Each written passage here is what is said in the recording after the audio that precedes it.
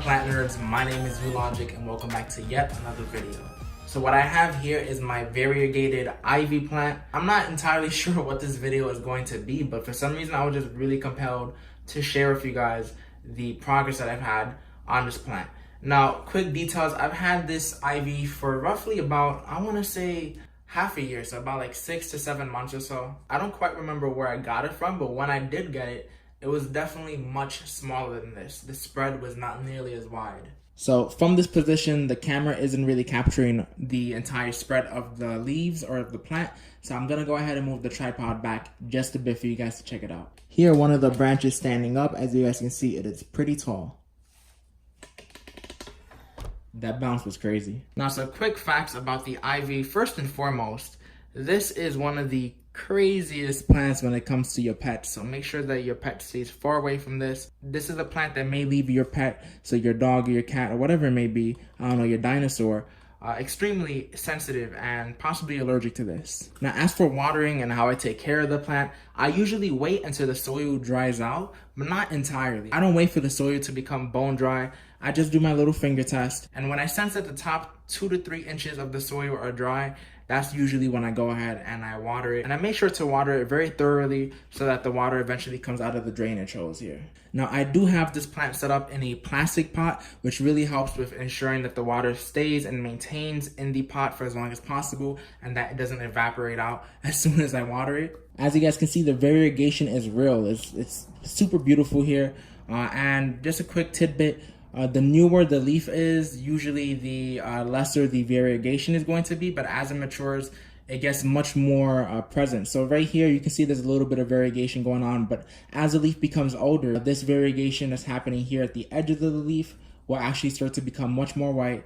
And you guys can also see that some of them are like a bit more, I want to say like on the warmer side. That's another thing that will change too as it becomes much more mature. So this leaf, although it is a bit on the warm side, it will become much cooler in temperature and eventually start to match the color and the hue of green that is exhibited, say here, for example. Now, I tend to see a lot of videos talking about the ivy, and everybody wants to say how this is an invasive species.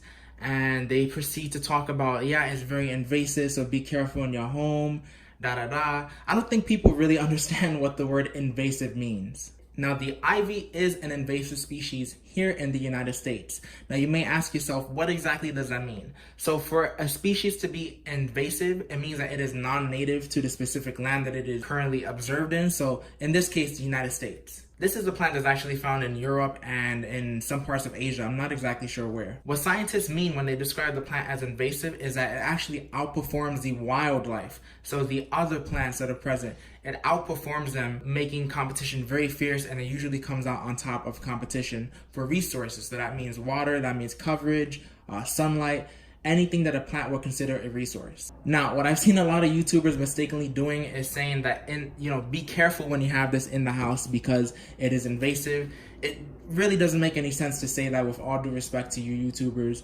The rules kind of change up when you change the environment. We're no longer talking about outside. We're now talking about an inside environment, an internal environment within a pot, which is completely different from how it grows out in the wild. So it's not like you put this in your house and this is going to like destroy everything and like climb up all over your walls. You can train it to do that if you want. So that is something to keep in mind.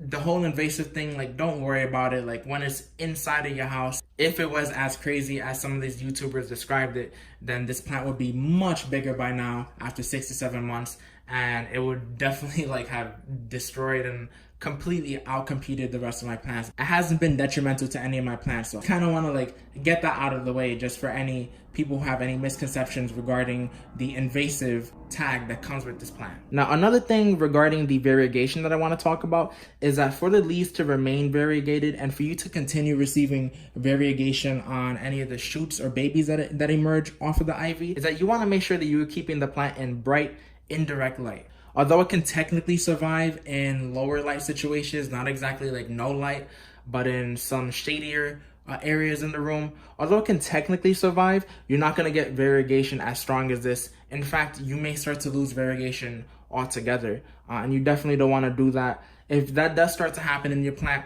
just move it to a brighter spot in your room and you should see the variegation return in the newer leaves. But the older ones that are already affected, there's pretty much nothing you can do about it but move on from there. But it's not like the leaves are ugly, which is a very fortunate thing.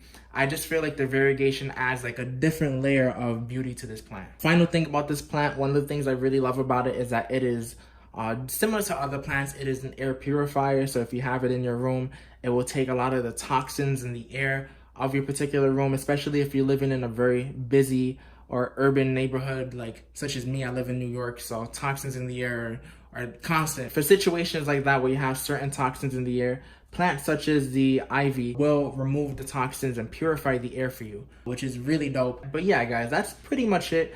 I guess I pretty much just made this video to show off my ivy. It's not incredible. I know it's not the most amazing ivy you've seen, but it's my ivy and I'm very proud of it and all the progress that has happened with it. If you have any questions regarding ivy plants, the care for ivy plants, anything of that sort, make sure to leave them in the comment section down below. If you enjoyed the video, make sure that you leave a thumbs up. If you're not subscribed already, make sure that you do subscribe because I have lots of more plant content on my channel as well as lots of more plant content upcoming. And if you're already subscribed, thank you for that.